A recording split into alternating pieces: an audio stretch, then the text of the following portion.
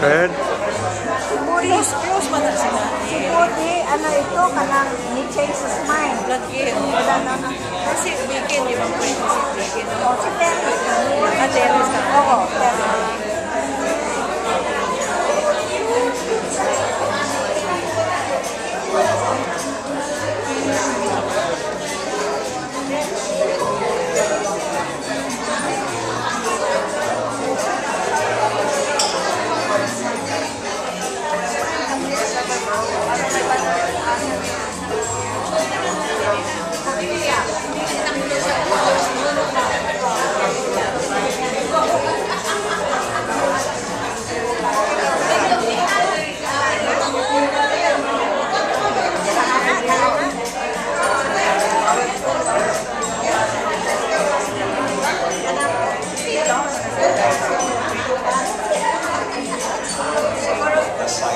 Generation.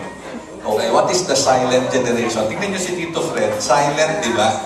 Oo. He's part of the silent generation. These are the people who were born 1945 or earlier. Okay? So ngayon, tumahimik kayo. I think a lot of people here are from the silent generation. Okay, matamaan yan. Hindi, wala namang masama yan, di ba? So, silent generation. And these people are traditionalists. Bakit sila tinawag na silent generation? Would you have any idea? Kasi hindi sila kumikibo. They're silent because these people just work, you know, they just follow tradition.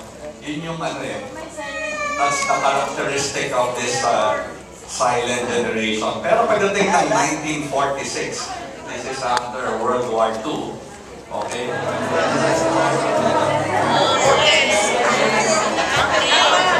Kani, pati sulti ma-recorded.